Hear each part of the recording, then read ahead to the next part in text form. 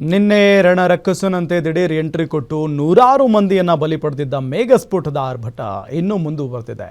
ಎಲ್ಲಿ ಯಾವಾಗ ಅನಾಹುತ ಸಂಭವಿಸುತ್ತೋ ಅಂತ ಉತ್ತರ ಕಾಶಿಯಲ್ಲಿ ಜನ ಜೀವ ಕೈಯಲ್ಲಿ ಹಿಡಿದು ಹೋರಾಡ್ತಾ ಇದ್ದಾರೆ.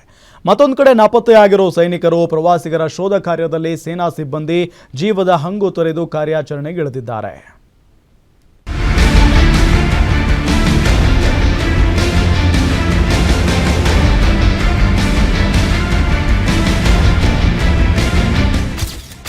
ಗಂಗೆಯ ರೌದ್ರಾವತಾರಕ್ಕೆ ಪರಮ ಶಿವನೇ ಗಡಗಡ. ಭೀಕರ ಪ್ರವಾಹದಲ್ಲಿ ಮೃತಪಟ್ಟವರೆಷ್ಟು, ನಾಪತ್ತೆಯಾದವರೆಷ್ಟು? ಉತ್ತರಾಖಂಡದ ಉತ್ತರ ಕಾಶಿ ಭೀಕರ ಪ್ರವಾಹಕ್ಕೆ ಜನ ನಲುಗಿ ಹೋಗಿದ್ದಾರೆ. ಮಣ್ಣಿನಂತೆ ಬಂದ ಬಂಡೆಗಳಿಗೆ ಮನೆಗಳೇ ನೆಲಸಮ ಆಗಿದೆ. ಮನೆಗಳನ್ನ ಕಳೆದುಕೊಂಡು ನೂರಾರು ಜನ ಬೀದಿಗೆ ಬಿದ್ದಿದ್ದಾರೆ. ನಮ್ಮನ್ನ ಕಾಪಾಡಿ ಅಂತ ಜನ ಗೋಗರಿಯುತ್ತಿದ್ದಾರೆ. ಮಹಿಳೆಯರು, ಮಕ್ಕಳು ಅವಶೇಷಗಳಡಿ ಸಿಲುಕಿ ನರಳಾಡಿದ್ದಾರೆ. ಈ ದೃಶ್ಯಗಳು ಆ ದೇವರಿಗೆ ಪ್ರೀತಿ.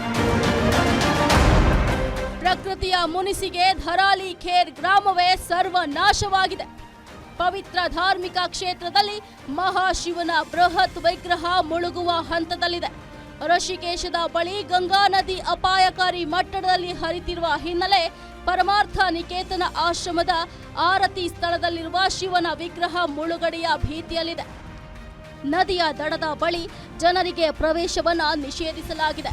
ಘಾಟ್ಗಳ ಎಲ್ಲಾ ಪ್ರವೇಶ ದ್ವಾರಗಳಿಗೂ ಬೀಗ ಹಾಕಲಾಗಿದೆ. ಸ್ವಲ್ಪ ಹೆಚ್ಚು ಕಮ್ಮಿ ಆದ್ರೂ ಭಾರೀ ಅನಾಹುತವೇ ಸಂಭವಿಸಲಿದೆ ಅಂತ ನಿಕೇತನ ಆಶ್ರಮದ ಉದ್ಯೋಗಿ ಪಂಕಜ್ ಕುಮಾರ್ ದ್ವಿವೇದಿ ಮಾಹಿತಿಯನ್ನ ನೀಡಿದ್ದಾರೆ.